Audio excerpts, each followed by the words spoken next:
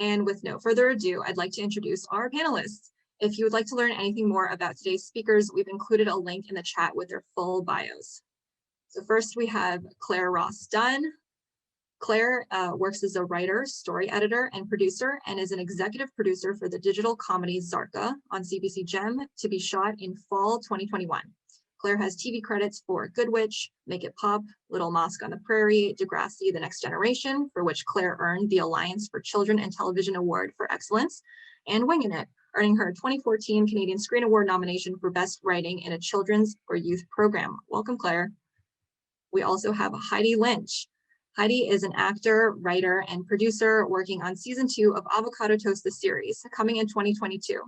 As a creator and producer, Heidi is in development on a half-hour comedy, a featured documentary, and a comedic redemption story web series.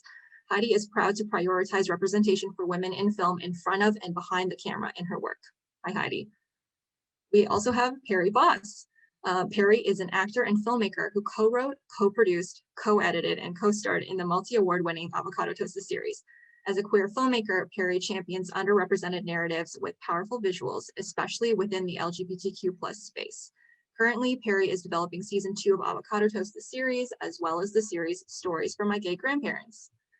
And we have Zarqa Nawaz, president of Fundamentalist Films. Zarqa created the internationally renowned comedy series Little Mosque on the Prairie, the world's first sitcom about a Muslim community living in the West, which premiered to the highest rating CBC had in over 20 years, won a Gemini, and was nominated for Best Television Series. Zarqa is in pre-production for the web series Zarka, in which she will star. I will pass it off to our panelists for this two-way interview. Thank you so much and welcome. Yay! So I think we're going to start this off by Perrie and myself interviewing Claire and Zarka, who we've had the pleasure to get to know a little bit. And we're going to start by watching the trailer for their CBC Gem IPF-funded web series, Zarka.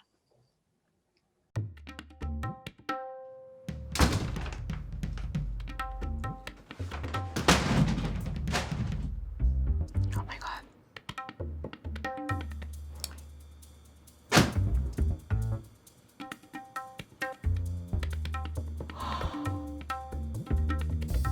Oh my God.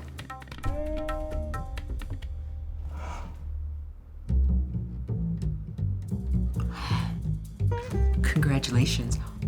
I'll be there with my +1. Brian.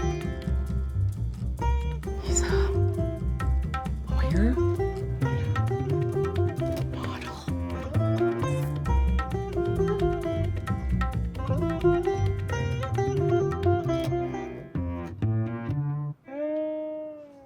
Zane? Zane! Did you see Facebook? Your father's getting remarried. Oh no. Siri, find me the #1 dating app for people over 50. Mama, just relax. I'm coming down. White people only. How fast did dating apps work? Why? What did you do?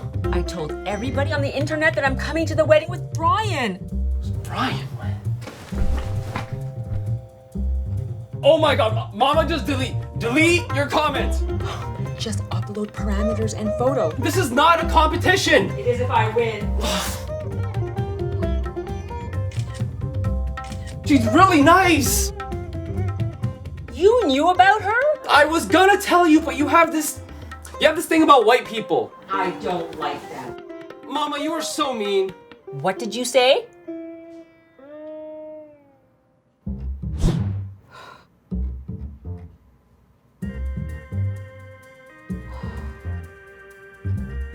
Oh my God, what am I doing?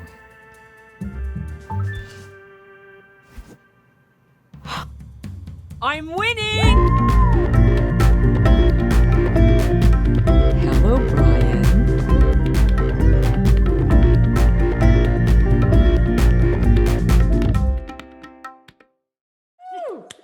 So good. So funny, so good. I love that trailer so much. Yeah. Yeah, it's beautiful and it's so funny. Hi, Perrie. Hey, what's up? Hi, Zarka. Hi, Claire. Hi. We would love to ask you, Zarka, how did the two of you meet and decide to collaborate? And then Claire, how did the both of you leverage your connections in the industry to get your team together? Thank you. Everyone can hear me? I'm not on mute. Yeah, you're Nope. good. Yeah. Claire and I worked together on Little Moss on the Prairie. She was one of the writers, and I recognized her talent from the get-go. And I have every single time I start a project, I call Claire and go, hey, can you help me out? Can you be part of this? And she always says yes. And so in this particular instance, I wanted to produce, and I knew like Claire has this incredible creative brain. Like that thriller was her idea. She came up with that whole concept, and I knew that about her. But she also has this incredible ability to organize and make sure that I stay on track. And applying to this thing was going to be a million gazillion pieces, and I am one of those people who's very scattered. So I needed someone who's creative and as well as to very strongly organized and keep me keep me on task. So I asked her if she would be part of it, and I forced her to write the budget, for which she didn't know anything about, but she was game and she did it, and we applied, and it worked out really well. I'll let Claire take over. It's true. She forced me. She forced me to write a budget, and I said to her, "That is not my forte." But thankfully, CMF and IPF let us through the gate. So yes, I love working with Zarka. I sat next to her for 2 seasons of Little Moss and just adore her, and thought she had such a massive creative brain. For Little Moss to be that brainchild was incredible to me. Anyway, and then we recognized, the two of us, we're going to need to hire somebody who has produced a web series before. So the lovely Shelley Erickson, who's a well-known showrunner in Canada, recommended Liz Whitmere, who's an incredible web series producer, an actor, a director. And we brought Liz on, and then Zarka brought on Dawn Bird, who is a producer out in Saskatchewan, because that is where we're going to shoot. And we knew that we needed somebody boots on the ground who really understood shooting in Saskatchewan. And so that's how we came together, the 4 of us, and we're working together. Amazing.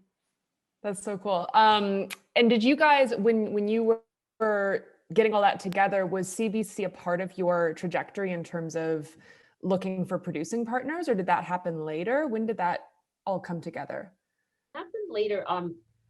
One of the requirements of the Bell Fund is that you need, I think it was Claire, 10% of your budget or something like this. And we were like, oh my God, like how does one do that? And so we had approached CBC, but they had, they were like, well, we moved on to YA. It's not part of our priority anymore. And we're like, oh no. And so we actually started a crowdfunding campaign to try to raise 10% of our budget. And we were doing not too bad, Claire, when then suddenly he said, yeah, we're on board. And we're like, and so we had to shut it down because, the whole premise of the crowdfunding thing had been like, we don't have a broadcaster and this is so sad and we need 10%. And then we're like, oh no, we have our 10%. And so we had to be honest and transparent with everyone. And it caught us off guard. We were so grateful for CBC to come on board, but they were honest with us. They're like, we are not prioritizing shows like this anymore because we are moving on to YA. Claire? Right.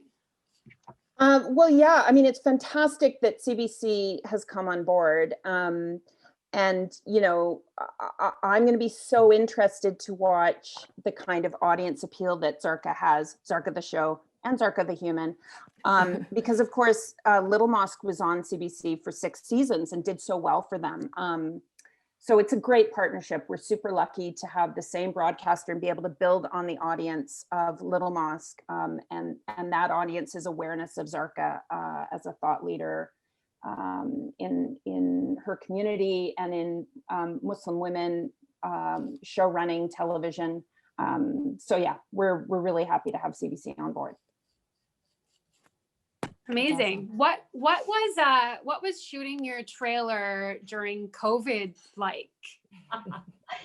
You know what? It was last summer, and I think it was June or July. I can't remember. And I wanted to shoot it in Toronto because I had most of my contacts there at the time. They have gotten rid of the tax credit in Saskatchewan, so I didn't have a team here, and I knew I could pull it together much faster in Toronto because that's where all my friends from Little Moss were. but it was, you know, COVID was just coming out, people were worried and scared. And so I thought, driving is the least risky thing. And my nephew needed to go to university at McMaster. So I twisted my daughter's arm and we went in a car, my daughter and my nephew and me, the three of us. And we're like, we're not going to stop for anything but gas. We're just gonna, so we don't have to isolate when we get there. So we can just hit the ground and just shoot this thing. And so we drove 24 hours. It's 24 hours from Regina to Toronto. We had to actually, we put a GoPro on our dash and we shot the whole journey. So you could actually see it, I think it's on our Facebook feed or on Twitter, and you can see like the prairies changing to then lakes and trees. That would be like really good additional content when you guys launch. I Yeah, feel like totally, that might that's go awesome. viral. Yeah. Yeah. Oh it my was God. great. And we did it, and we got to Toronto, and it meant not having to isolate or be in quarantine. And then we followed the rules. Like everyone took a test before, everyone was masked.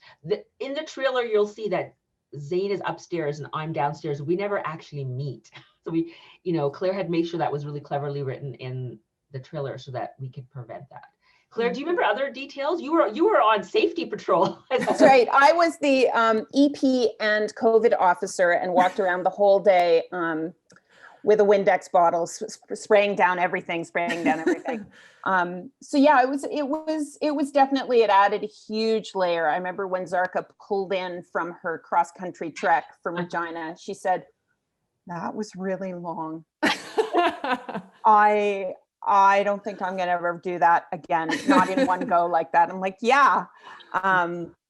But yes, we partnered with StratLab in Saskatchewan to be our discoverability partners. And they, of course, were the ones who were like, pass us the GoPro footage immediately.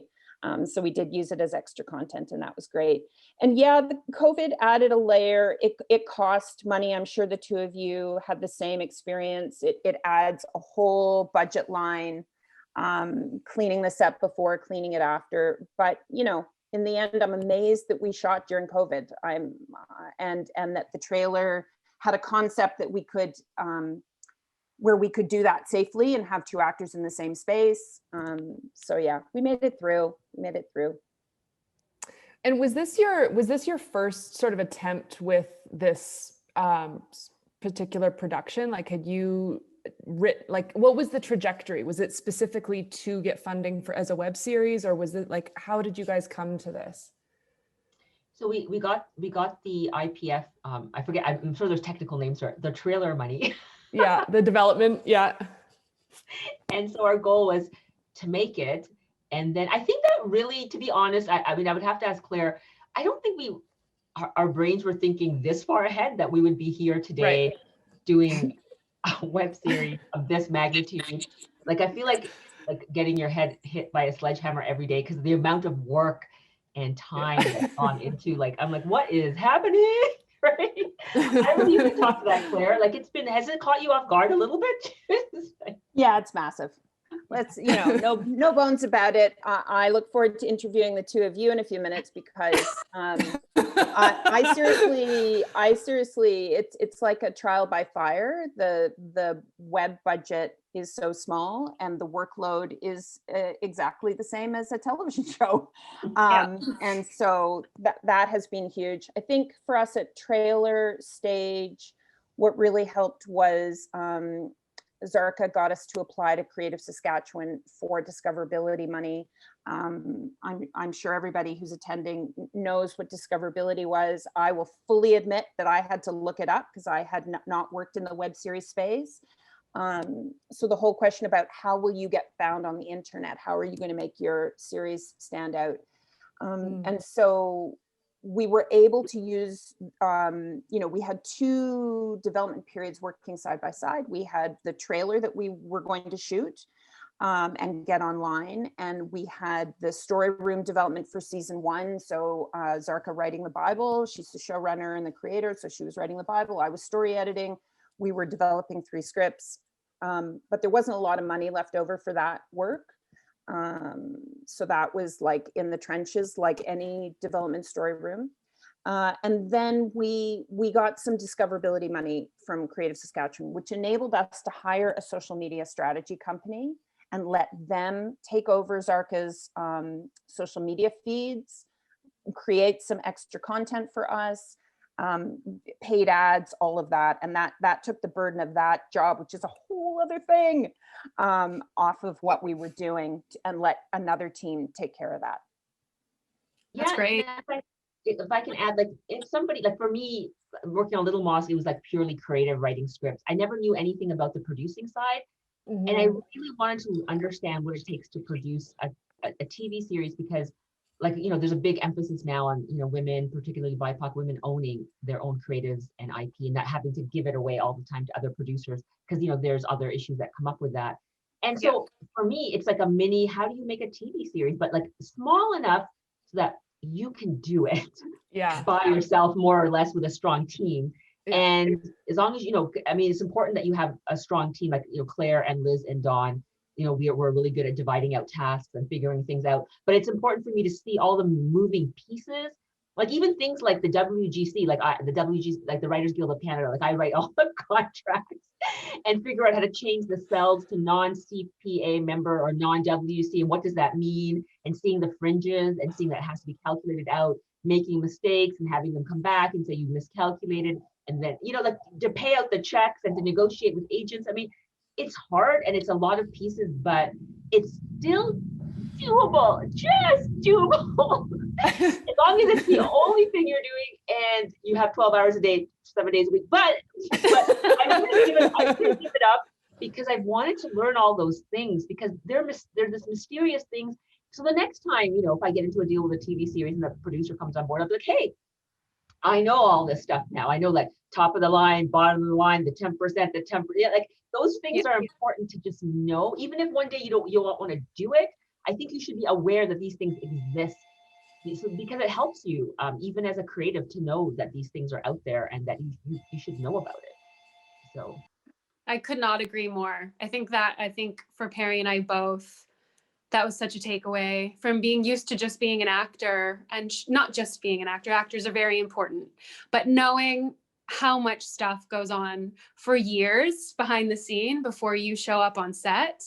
And what you guys are expressing, just the journey of wearing that many hats at the same time. And it's so fulfilling, because you're learning all of these things you didn't even know you wanted to learn. But it can be very overwhelming if you don't try to make some work-life balance. I mean, yeah, Perrie wrote, co-produced, co-edited, you know, and when she did that, I went into discoverability worlds, and we still were both working on both, but we sort of led one up each. Yeah, it's very interesting. On the discoverability audience sort of side of things, like via social media, just with the trailer, have you been getting feedback from the public? And has that influenced your writing? Has it influenced the story or the way that you want to market the show at all? it's a great question. I mean, it's been universally positive. People, I think what we have gotten, as this is the first time you've seen a Muslim woman in a lead for a series, as far as I know. I mean, we've been doing a lot of research, and we're like, wow, they're actually, you know, Little Moss and Perrie was an ensemble, but we haven't had something where a Muslim woman is a lead in a show. And then it was really important for me to get away from the standard, the terrorist or the Muslim woman, and dealing with like her parents and arranged marriage. It's always the same tropes about Muslims, and they were like, okay, enough. We've had those shows at, you know, forever. Like, it's time for us just to be normal people doing normal things, and for a Muslim woman to deal with a divorce and jealousy and anger and trying to figure out how to, you know, revenge. I mean, those are normal things that everyone goes through, but we never see our community going through those. And I think there's a big push now, is like, we're tired of the same old when it comes to minorities and marginalized communities. We've seen those stories over and over again. We are regular people, have regular issues, and we want to see those stories being told. And so that was a really important thing. And even though I'm not divorced, and this is not autobiographical, out there, I think that was really refreshing for people to see, like, a Muslim woman in a lead talking about an ordinary situation. Claire, what did you think? Yeah, I mean, that's been so thrilling to be part of that journey with Zarka, to watch the kind of feedback that she gets on her Twitter feed from audience. Some people who know her, lots of people who don't know her, Mhm. who say things like Little Mosque changed my life, changed my relationships with non-Muslims, finally Wow. got to be seen as an ordinary human who was just trying to like juggle getting the laundry and the kids to soccer on time. And so, and even more exciting now for me to be part of Zarka, where Zarka, the character, not the human, makes a lot of bad choices. That was Zarka's main idea to me when she first came about the show, is let me write a show about a woman who makes terrible, terrible choices and let it be a comedy. And I'm like, I'm in. So yeah, it's been thrilling to get that level of audience response to that, and just feel like we could be making something that is funny but also has meaning.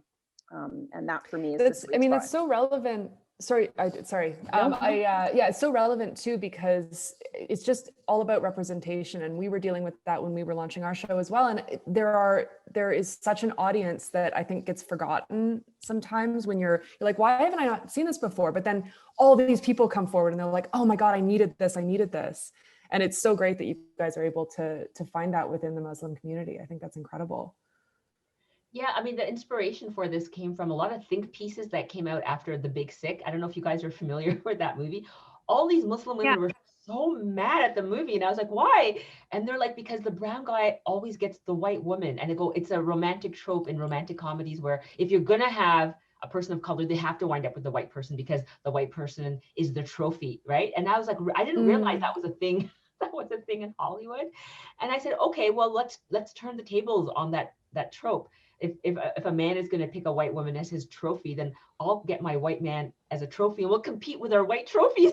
And that was the idea, right? Like, if we're going to do this, let's totally own the stereotype and compete with it. And that was the idea behind it, was like, let's take all these things that people complain about in Hollywood and turn them on their heads and make fun of them. Right? Mm-hmm. Yeah. I think also personally, I just want to see imperfect women. I want to see women making terrible choices. I am so ready for that. And all of my favorite shows include that. Mm-hmm. And I think that's been important to Perrie and I too, with season 1 and with season 2, we lean in very hard to that. And I'm just so looking forward to seeing your full series. Well, on that note, we are so excited to ask you guys questions about your web series, because you've done it and you're about to shoot your second episode. So I would like to now introduce the trailer for Avocado Toast. Gang's back together, huh? Tell us everything. Did you meet a guy? I love a British accent. I really like you. What? Wait, are you? I'm just Molly. Oh! Isn't that your mom? No. Ow! My mom brought her man-child affair to the office. Did you say Hunter? Yes, like the colorful wellies. I wasn't expecting to be single at 55. He's your age. How are you doing? Are you bisexual? I am too, you know. Hit me up in the DMs if you ever need to chat. That's not appropriate. I don't know you. I'm Jake. I'm a human man, also a bartender. I came out to my mom. We've had an open marriage for 40 years. Just burned my brain. Welcome. It's hell. I think you should cancel your flight. One parent left and the other one could literally not be more selfish. What does that make me? How do you let her go? I don't think you do. I think you just live with it. This is not about you. Should be about me. Well, it usually is, sweetheart. I am an adult woman. I'm taking your car, taking your phone, and I will return them when I'm ready to. Molly? If you have a problem with that, then you should think long and hard about why you chose to have me. Is that what we're meant to do now? Put a smile on for the sake of our adult children? I'm really glad you're here. Me too. Oh, we gotta braid those later. Hang in there.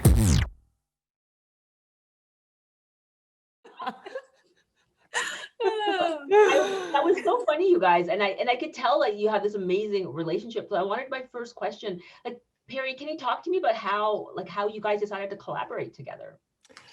Yeah, I mean, it's a long story, but I'll try and make it short. Heidi and I met doing a play because we have acting backgrounds. So we met in the theater world, and we both had this like crazy convergent, like eventful summer where crazy things were happening in our lives, and we just connected over it. And we wanted to go on to make a story out of it because we're like, I think other people will relate to these experiences.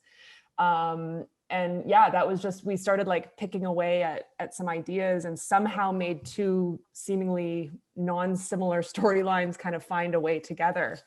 And we had written stuff on our own, but we had never really written something for production. So that we learned basically from the word go when we decided to start collaborating. And we are still learning a lot. But yeah. It was based around our friendship and some crazy stuff that was going on for us, but it's pretty cool. Claire?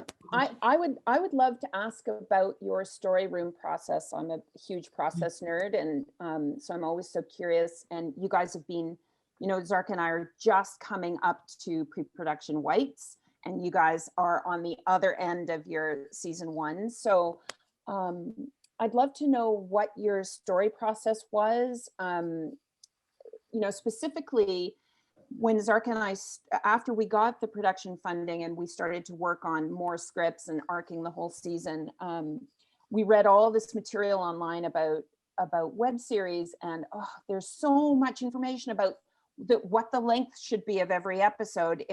12 minutes is too long. Of course, we're now sitting at 12 minutes. You are sitting at 12 minutes, and it was a thrill for me to see that your episodes are great. They're like an episode of television. I'm engaged the whole time. Then there's a bunch of wisdom online around only A plots for web shows, never an A and a B plot. And your show is structured following 2 storylines. And of course, it's completely riveting and interesting, and we're interested in everybody's story. So anyway, I'm just so curious about how you made those decisions, what the conversation was like, and how you arced your season. Yeah, well, I will just preface this by saying we had no idea what we were doing with season 1 at all. So it was Perrie and I writing together for the longest time. And we were so extremely fortunate that Annie Briggs was story editing with us before we ever had money, as was our director, Sam Coyle. They both played instrumental parts in editing our story with us. And then we got funding and we got to do more of that work and actually pay them, which was great.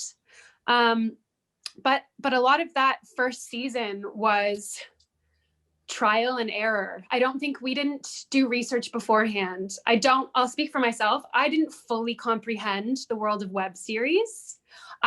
We were making a TV show. And now after the fact, I see where we fit in the world of web series. I think there are some web series that really work at a longer length. And then I've seen other web series where it's one setting and it's a 6-minute episode. And I'm like, oh, that's how you do this on this budget. Like we set ourselves up for this massive challenge, but I'm so proud of the production value of Avocado Toast. Like it is so beautiful. For sure. It looks like TV. You've got a huge number of locations. My head was exploding thinking, how did they afford that? You've got amazing music. How did you afford, well, that is a question. How did you manage that on a web series budget? I'll also say that favors, lots of favors, a huge amount of favors, and we're just very stubborn. So our entire production team can comment on that, but it's like we have a vision, we have an idea, and we pull out all the stops to make it work. So yeah, lots of favors, lots of, but just sticking to what we really want to make happen. And we found a way, like we will find a way to do it. So, having to ebb and flow sometimes, but that was a huge part of it for us, is that we had this idea and we wanted to make it work in the way that we were envisioning it in our brains. And leveraging connections, because, Perrie and I know a lot of people in the industry. We were asking our cast for favors. We used Scott Cavallero's personal home to shoot in, we really leveraged those connections hard. Yeah. And then with music as well. You know, I truly enjoyed music supervising.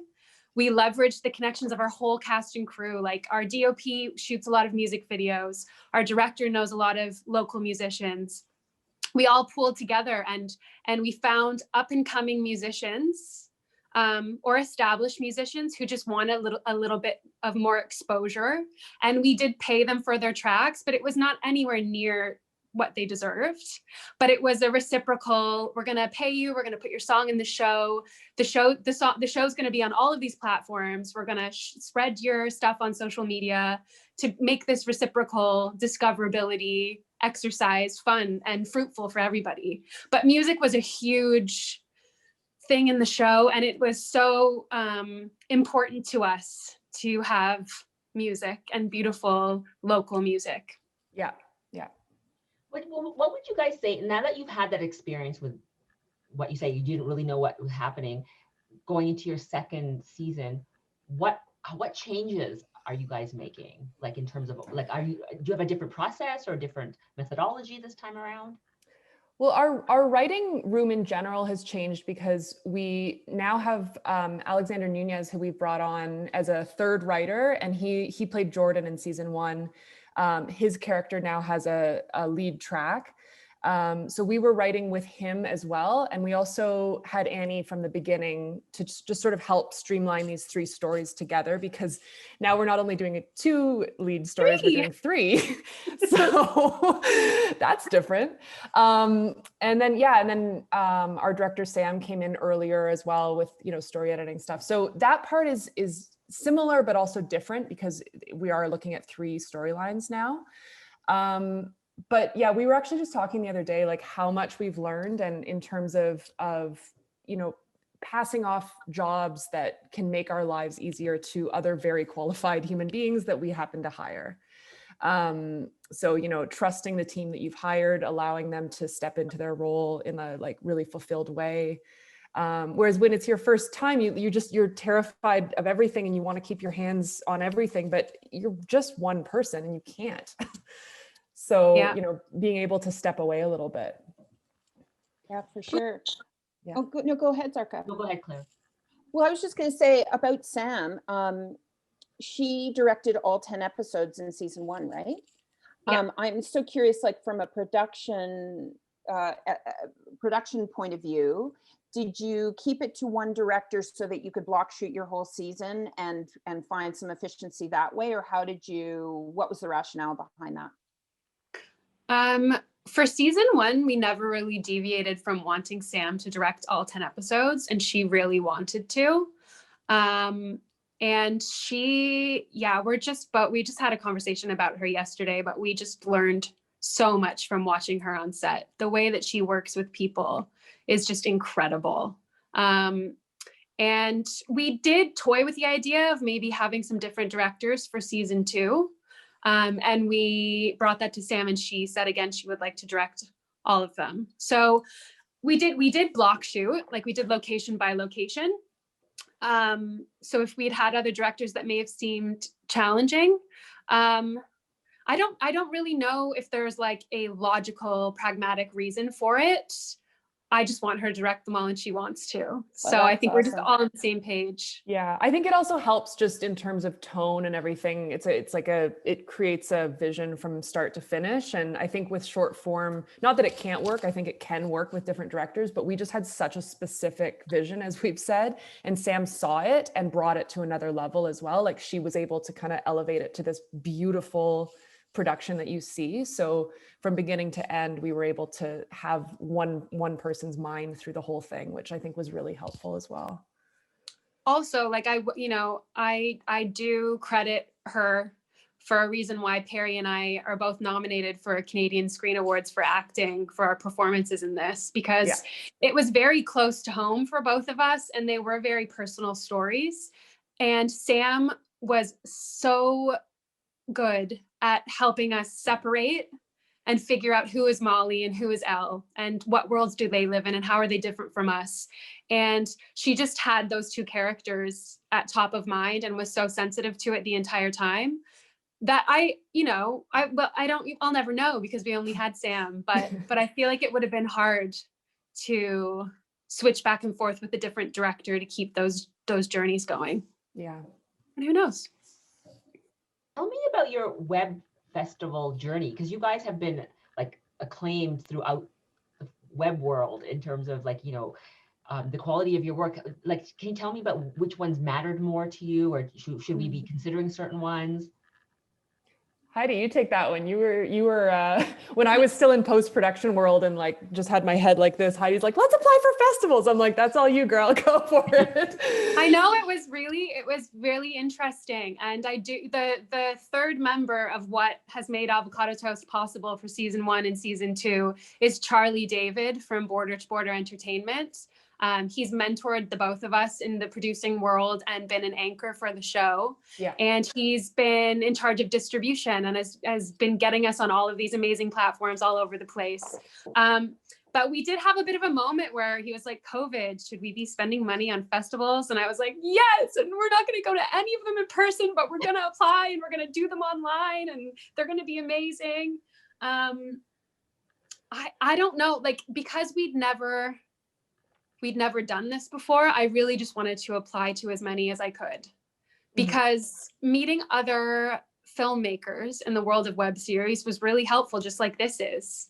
You get secrets from each other, you get experiences from each other, and especially during COVID, Perrie and I, we had like an incredible year of travel planned with Avocado Toast. We were supposed to like be in Las Vegas for her birthday for Klexicon, which is a convention, but they also have a festival, and it has a really big place in our hearts because it's for the representation of queer women in like comics and web series and television and film.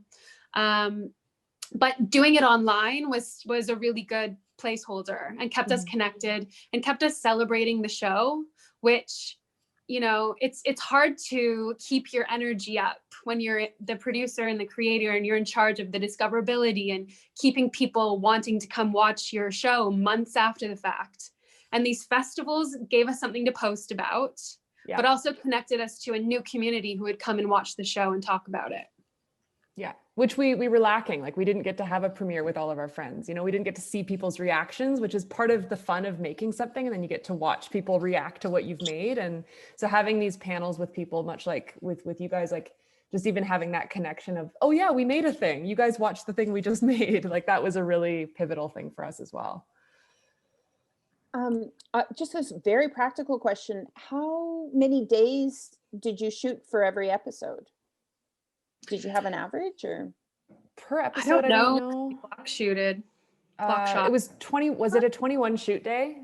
Something like that total. Right. But because it was by location, it's hard to say per episode what we did. Right. But we were doing, 8-hour actor days, 12-hour crew days for 21 days, 2 days on, 2 days off kind of thing. Or sorry, 5 days on, 2 days off. Right. And then I guess just one last question that I was interested in. So Out TV was your first season streamer. Did they have input into your episodes? Did they give you feedback, or was it kind of a carte blanche sort of scenario? Yeah, go ahead, Heidi. They read like a very early draft. That was Perrie and I. Okay, so we tried to get IPF the first year. We didn't succeed, but we made it to phase 2. So the fire was lit. And then we kept the fire light. And we did a crowdfunding like you guys did, but we raised $15,000. And that was actually a genius move on the discoverability, build your community side. Yeah. That's what built our social media accounts, was the crowdfund, because we both put a lot of time and energy into it. With that money, we shot a higher production value trailer. So we got to approach Out TV with this really good trailer and an early draft of the scripts. And they just were like, yep, okay, you should work with Charlie David. And we were like, oh, okay. So we had a meeting with Charlie, and then it was just going. And then we got the grant money, which was incredible.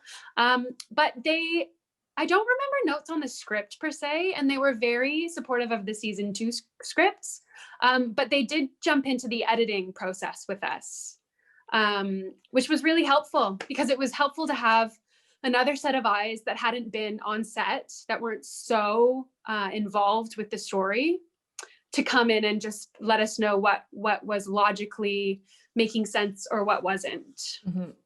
Yeah, or what was funny and what wasn't, and then giving alt lines for stuff that we could do in ADR and things like that. But yeah, they were very supportive. It was a lot of like legalese stuff, like, you know, maybe you should say this instead of this because of, you know, this, you know, taking it out of a lawyer's situation and blah, blah, blah. So yeah, it was good. They were great. They are great. Amazing. So I think we have audience questions that are waiting for us, guys. Oh, great. I love an audience question. Hey everyone, I'm popping in here. I'm Mark from the Independent Production Fund, and I'm here to pose the questions to the panelists that you've asked so far. So the IPF, thank you. The IPF funds the development and production of short form series. You can get more information on all of our programs at ipf.ca. I want to thank all of our panelists. So hi, Zarka, Perrie, Claire, and Heidi. Thank you so much for being part of this panel and for the Academy for hosting it during the members lounge. So the first question is for the Avocado Toast team. So Perrie and Heidi, you can tackle this one. And I have a follow-up as well for Zarka. Was the show originally written for episodic or TV length, half-hour length, 22 minutes, and trimmed down for the web? Was this decision made for budgeting or funding reasons? Did it help or hinder the process? Or did you go to web series as the platform you wanted to tell the story first and foremost? The way I remember it, and maybe Heidi, you have a different memory, but I remember because we had never made any film stuff before, we thought, let's do a web series because that'll be easier than doing a TV show. So we wrote this short form content that is now basically just a small TV show. But I think we always wrote it with short form in mind, right? Yeah, we did. And also I remember everything you just said as well, to be accurate, okay, but great. also through our crowdfunding and through pitching the show, and it felt more approachable, but it also just felt more approachable as queer content because queer people live online. And it's just easier to get queer things funded when it's digital content. I just feel like all of that was more approachable. It was easier to get to our target audience in digital form, I think. Yeah, that's totally fair. And as a follow-up, for Zarka, Little Mosque on the Prairie was a half-hour series, 22 minutes. What was the writing process like so far of what you've created to trim that down to 10 or 12 minutes? Did you have to cut a lot out that you wanted to keep in, or was it more natural? Why did you take on web series for this show? It's good. I mean, Claire and I have gone back and forth on this so much. Web series because of the IPF, and that's the mandate. But how, the two of us are half-hour writers, comedy writers, right? And that's where we live. And we've never had to compress, at least I haven't had to compress things. And so every time we write, we can see the scripts going 16 pages, oh my God, no, we're writing a half-hour. No, we can't afford it. We've got to go back, we've got to cut back. And, we have to make it in our brain, okay, let's just think we're maybe making 11 minutes and this becomes a 20-minute, then it's an episode, right? So our brains can accept it. But we're very much, we're grounded in the writer's world, because of our experience, right? In terms of breaking down story, having an outline, writing it out, seeing the arc, how is it working? Is it not working? Right now the scripts are done, they're going out to comedy writers for punching up. So we are treating it like a professional story room, but just tiny. Very tiny, but it took a lot of, and I'll let Claire speak next, to figure out how we would tell those stories in a smaller chunk because we're not used to it. We're used to the 20-minute format. Would you say, Claire, that's been a challenge? Yeah, yes and no. I also partly live in kids TV, and last year I story edited a 3.5-minute episode show, and that was wow, that's super short. Yeah. Can you tell a story in 3.5 minutes? Cut to the chase. Yes, you totally can. And so it was a bit of a a brain exercise. How do we tell these comedic stories for Zarka in 12 minutes, say, as opposed to 22? But then, Zarka called me a day later and said, here's the thing, we cut out the chuffa at the top of the episode. There's no blah, blah, blah, blah, blah, like a 4-page teaser. We just get right to the story. On page 1, Zarka has to be in a comedic dilemma. And then it's like the number of turns to the story is fewer. It's like she gets 2 turns, and then we have a comedic out that will hook us into the next episode. And that's really, it's the same recipe, the same formula as a half-hour comedy, but fewer beats. That's really interesting. That's really interesting. Okay, the next question is from Maxine. So Zarka, Perrie, and Heidi, you're all multi-hyphenates. You do everything on the series. Obviously, it's a team and a collaborative effort. But I'll start with Zarka on this one. How do you approach writing for the series, acting during production? Obviously, that hasn't happened yet, but maybe you can speak to the trailer, and helping produce the series. And the same question for Perrie and Heidi, especially on such a condensed timeline for short form series. Oftentimes you have to shoot a lot of minutes in a really short amount of time because of the budget. So how did you handle that maybe for the trailer, Zarka? And what did you learn taking into the production of the series? I think one person can't do it alone, and you have to have a team. And this is why I brought Claire on. I mean, her skill set, and we have there's 4 of us all together, and each one of us has a very different skill set, and we leverage each other heavily. And, and Claire keeps me in check. I'll be like, Claire, should I direct? And she's like, no, are you insane? Like, what's wrong with you? Right? So she brings me down because I'll get like these zany ideas. But what I have to learn is that I have a very competent, hardworking team, and they each have very specialized skills, and they must be left to do those skills. And I'm kind of the overseer, glue kind of person, and constantly juggling and making sure our meetings are here, do my bit, but let them do their bit. Like, Claire is uber organized in terms of like the team and keeping a big picture eye of, okay, now we've got the scripts are out, but when are we going to have our, just today she was like, we need to send out an email about, the group punch up Zoom, right? It's going to be, and I'm like, oh yeah. And so like, she makes sure that I'm, organized and these things are happening, and she watches me carefully, and Liz makes sure that the budget is make sure the budget is clean. And Dawn is in Saskatchewan, and she's going to be organizing all the people on the ground. And, we have a bit of a different situation in Saskatchewan because part of our funding is tied to training. And so we are bringing different directors on to direct different episodes, and bringing a director mentor on, because we are hiring, particularly with the Indigenous component is very important. We're 16% Indigenous in Saskatchewan, and the government wants to see that we are, if they're going to give us money, are we using this money to make sure we're training people up the ladder and giving them opportunities for employment? So we have an Indigenous director, we're going to have another director, and we're going to have a whole module so that they are paired with people, and that we are going away from this series where people can take jobs and credits that are real and meaningful, not just shadowy type things, but they get a proper credit so they can go on to work in other places. So those are important elements for our ethos, is to make sure that we use this series to create, racial equity and be part of the economic reconciliation for Indigenous people in Saskatchewan. So that's been really close to our hearts as a team. Claire? You said all the things. Heidi and Perrie?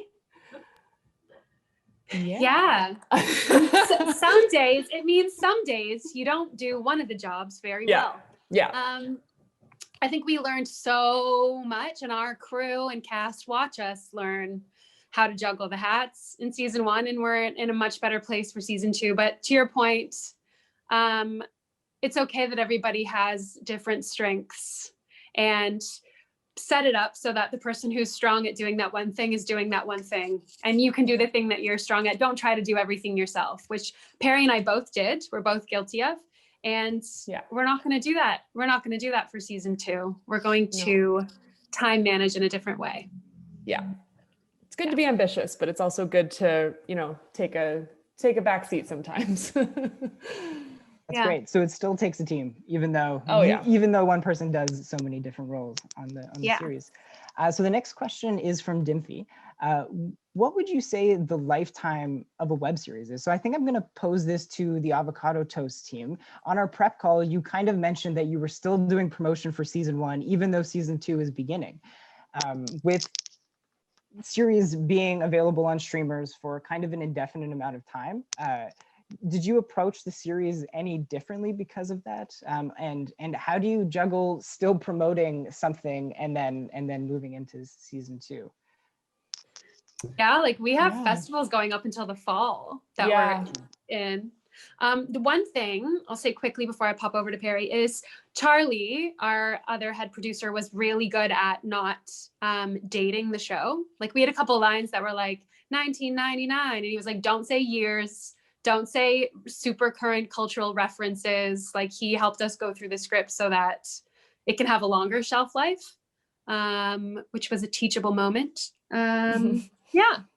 Go ahead. Yeah, I mean, I don't know if we like there's a rule around it. I think as long as it's relevant, it's relevant. I think people are going to relate to material for as long as they relate to it, and for different reasons. Like, you know, the bisexual coming out story that we tackle in season 1, like I think that's going to be relevant for anybody who's coming out as bisexual, regardless. So, you know, as long as we stay relevant, we stay relevant. But I don't know if there's like a rule around the longevity of it.